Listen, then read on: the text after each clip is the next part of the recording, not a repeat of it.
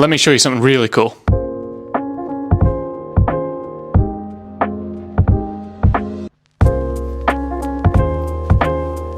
So last month we moved house, and for the past few weeks it's been very chaotic. Everything's been up in the air. If you've moved house before, you'll know that there's no routine, no flow. You don't know where anything is. You're kind of living a completely separate life. Now that we're settled in after a few weeks, it's starting to feel more like home. And this is the home office now that I've set up. Something that's extremely important for me is having my own kind of workspace. I figured out during the first lockdown that a lot of people really struggled with having a workplace that was now also their chill out zone, and having a chill out zone where they also eat their food. And now the gym was part of your home as well. So you had all these different conflicting signals. And I wanted to do this video to kind of show you around some of the things I have in my office. It's important for me to feel really comfortable and productive in here. So things like the carpet, the smells, the design, shelving, all that kind of stuff. It's super important for me being in a flow state when it comes to work and productivity. So whilst I'm going to show you a little bit about what I love about this office, and I'd love to hear your suggestions for how I can beef it up and make it a little bit more like a home suite, I also just want you to think about the power of your environment when it comes to any kind of goal, whether that's a performance goal, a weight loss goal. The effect your environment can have on you can be profound. Let me explain. When I first got into CrossFit, it was extremely inspiring. CrossFit places a huge amount of emphasis on the community, the environment, things like that. So just from a very basic point of view, a CrossFit gym is really open plan. There's loads of floor space, there's loads of heavy equipment, you're able to move your body in different dimensions, and you have a lot more space compared to a normal commercial gym. That's obviously helpful for the training methodology, but even more important is the people that you're around.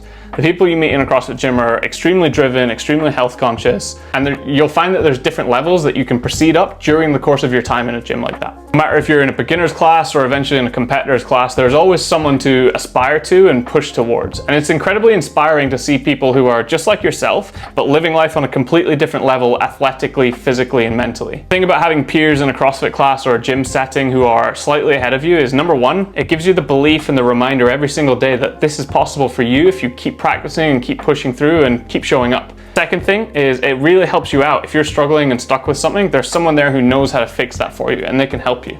And number three is just the power of the tribe. There's a phrase that like a rising tide lifts all ships. If you're just around people who are training hard, getting in the gym every day, going home and eating healthy, those behaviors are naturally going to rub off on you because there's an element of wanting to fit in. If you're the black sheep who is self-sabotaging, eating like crap, and doesn't really show up to the gym very often, it's hard to make it into that environment. So maybe you've got something like this at work, maybe you've even got something like this in your gym where there's people you like being around and they help you and encourage you and inspire you.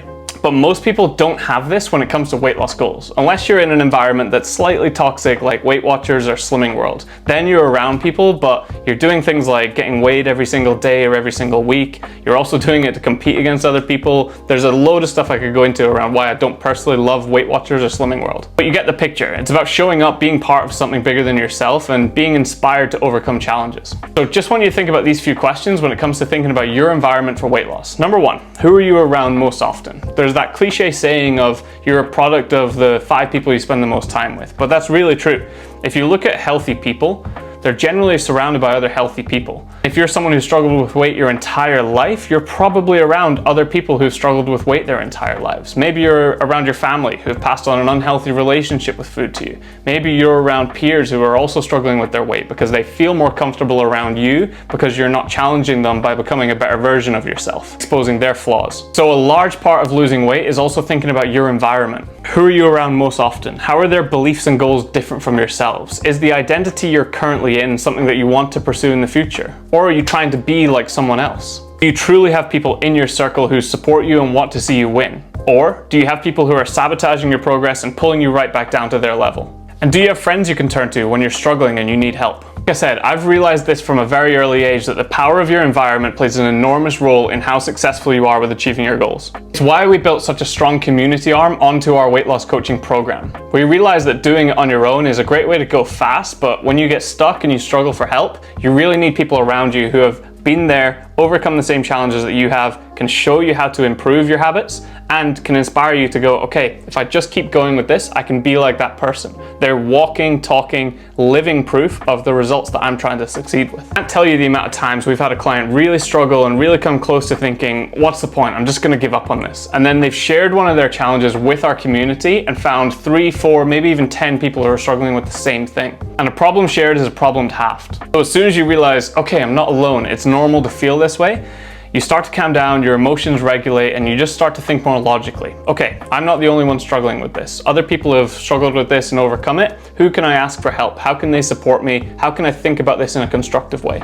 But anyway, here's my plan for this room. I've currently got a few more soundproof pads that I need to put up. I don't know if you can tell, but through the microphone, there's a huge echo in this room. So I definitely need to put those up. I've also considered adding a couch because I've got so much more space now, and maybe a little bit of art decor because the walls are so plain in here. However, if I do want like a little space to chill out or read or switch off or something, one of my favorite parts of the house is actually right behind this wall. So in this corner of the house, I have like a reading corner. It's so good. It just came with the flat. I thought this is absolutely amazing. This is so much a piece of me. And again, it goes back to that environment where I have more of a creative, relaxing place outside and a more productive and focused place in here. And that's a huge privilege. But I just want to remind you guys again, the context of this video is to show you a little bit about this new place, but also to remind you the power of your environment and how maybe having different places where you work on different things. So I hope that helps. But anyway, if you've got some suggestions around what I can do to beef this office place up and make it a little bit more stylish or productive or focused, maybe even some better lighting for shooting these videos in the winter, drop it in the comments below. I'd love to know what you think I could add to this place or potentially remove to make it that little bit better. But if you like this video and you want to see more of this style of content,